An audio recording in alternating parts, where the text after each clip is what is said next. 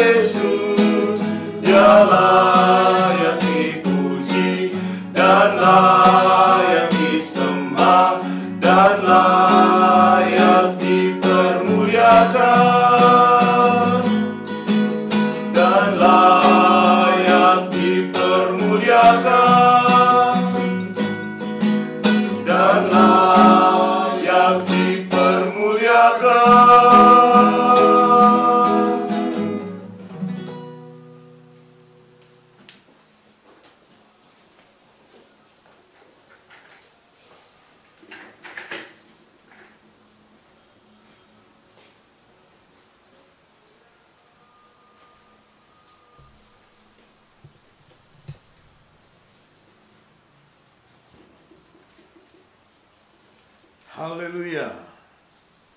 Selamat sore, selamat bertemu di dalam kasih Yesus yang setia. Sore hari ini saya ingin membuka firman Tuhan di dalam Injil Yohanes pasal yang ke-6, dan kita akan membaca ayat yang ke-37. Yohanes 6 ayat 37. Semua yang diberikan Bapa kepadaku akan datang kepadaku, dan barang siapa datang kepadaku, ia tidak akan kubuang.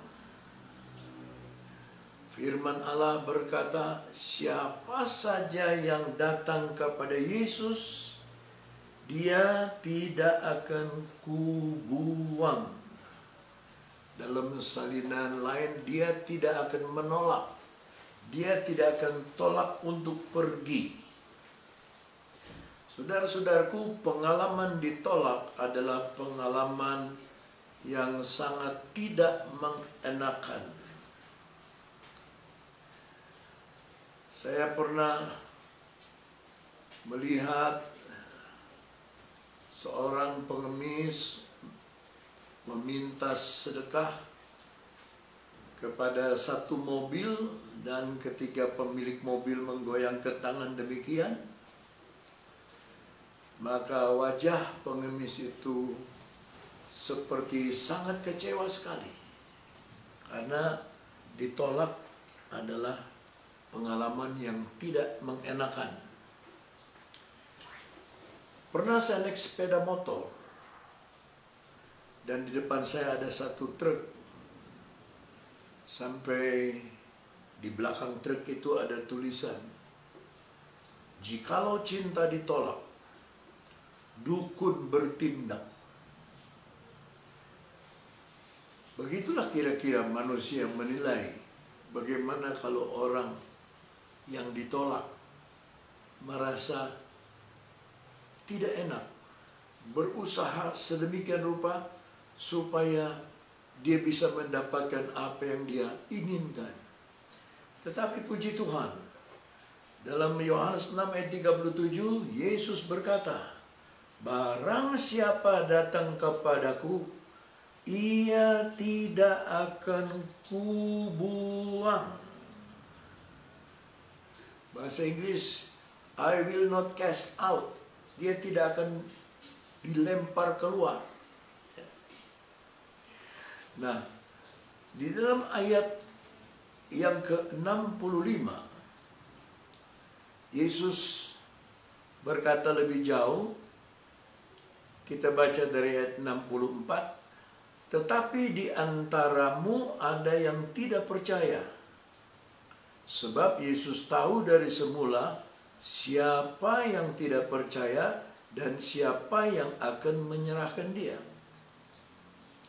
Lalu ia berkata, sebab itu telah kukatakan kepadamu, tidak ada seorang pun dapat datang kepadaku kalau Bapa tidak mengaruniakannya kepadanya. Jadi saudara-saudara, di dalam Tuhan Yesus tidak ada seorang pun bisa percaya Yesus. Tidak ada seorang pun yang bisa datang kepada Yesus kalau tidak dibawa oleh Bapa, tidak dipilih oleh Bapa. Itu sebabnya saudara, kita harus bersyukur kepada Tuhan karena kita sudah dipilih sebelum dunia dijadikan. Dan indah sekali Injil Yohanes ini, karena dari 4 Injil, Injil Yohaneslah yang paling mudah dimengerti. Kita maju kepada Yohanes pasal 10 ayat yang ke-28. Yohanes 10 ayat 28 berbunyi begini. Dan aku memberikan hidup yang kekal kepada mereka, dan mereka pasti tidak akan binasa sampai selama-lamanya, dan seorang pun tidak akan merebut mereka dari tanganku. 29. Bapa-Ku yang memberikan mereka kepadaku lebih besar daripada siapapun, dan seorang pun tidak dapat merebut mereka dari tangan Bapa. Ayat 30. Aku dan Bapa adalah satu. Jadi saudara-saudara, sama seperti segitiga, sama sudut, sama sisi, tetapi ada 3 sudut. Demikianlah Bapa, Yesus, dan Roh Kudus. Satu, tidak ada yang lebih besar dari yang lain. Satu, tidak ada yang lebih kecil dari yang lain. Semuanya sama, seimbang, dan hanya berbeda di dalam pelayanan atau pekerjaannya. Kita naik kepada Yohanes 17. Dalam Yohanes 17 ayatnya yang kedua, ini adalah doa Yesus. Ayat 1 dulu. Demikianlah kata Yesus, lalu ia menengadah ke langit dan berkata, Bapa, telah tiba saatnya, permuliakanlah anakmu, supaya anakmu mempermuliakan engkau. Ayat kedua. Sama. Saya ulangi. Sama atau seperti. Sama seperti. Engkau telah memberikan kepadanya kuasa atas segala yang hidup. Demikian pula ia akan memberikan hidup yang kekal kepada semua yang telah engkau berikan kepadanya. Jadi siapa yang diselamatkan adalah yang sudah dipercayakan oleh Tuhan, oleh Bapa kepada Yesus. Kita naik kepada ayatnya yang ke-9. Di dalam ayatnya yang ke-9 dikatakan di sana, Aku berdoa. Seluruh Fatsal 17 adalah doa Yesus. Aku berdoa untuk mereka. Bukan untuk dunia aku berdoa, tetapi untuk mereka yang telah engkau berikan kepadaku, sebab mereka adalah milikmu. Jadi saudara-saudara, bukan hanya Yesus yang tidak akan menolak saudara-saudara, tapi dikatakan semua itu adalah milik Allah Bapa, ya, milik dari Allah Bapa. Nah, kalau kita membaca di dalam ayatnya yang ke-24, ya Bapa, aku mau supaya dimanapun aku berada, mereka, maksudnya yang dipercayakan oleh Bapa, juga berada bersama-sama dengan aku.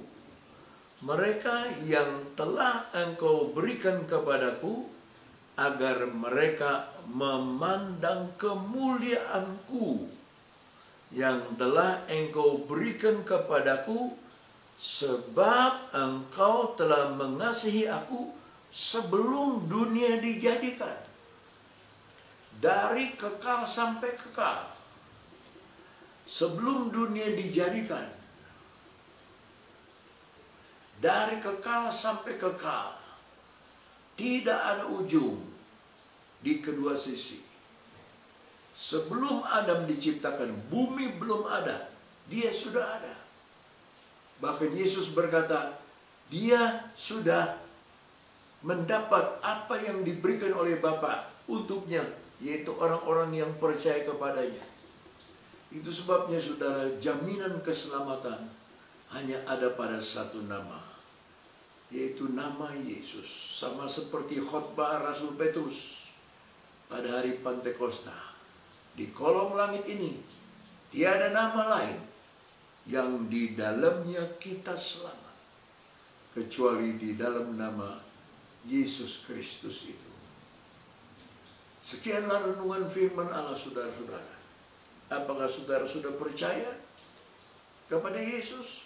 Terimalah Yesus sebagai juru selamat pribadi, dan pasti dia akan masuk dalam hati saudara.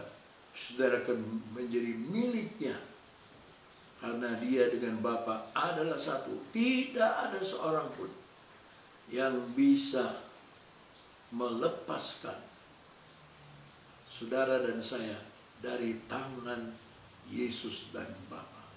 Mari kita berdoa. Tuhan, kami bersyukur karena kami mengenal Engkau.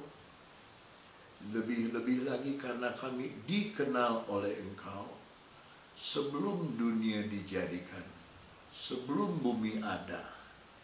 Engkau sudah ada, Engkau sudah dipilih untuk mati di atas bukit Golgota menjadi korban yang kudus, menebus dosa umat manusia di dunia. Tuhan, kami berdoa untuk negara kami. Kami berdoa untuk seluruh dunia yang sedang mengalami musibah dan wabah yang sangat mematikan. Kiranya Engkau menolong mereka dimanapun mereka berada. Kuatkanlah Tuhan. Berikan penghiburan, berikan sukacita, berikan kedamaian, berikan kemenangan. Di dalamnya nama Tuhan dipermuliakan. Terima kasih Bapa. Kami alaskan doa ini hanya di dalam nama Tuhan Yesus Kristus. Haleluya. Amin. Terima kasih. Sampai jumpa besok di waktu yang sama. Tuhan memberkati saudara.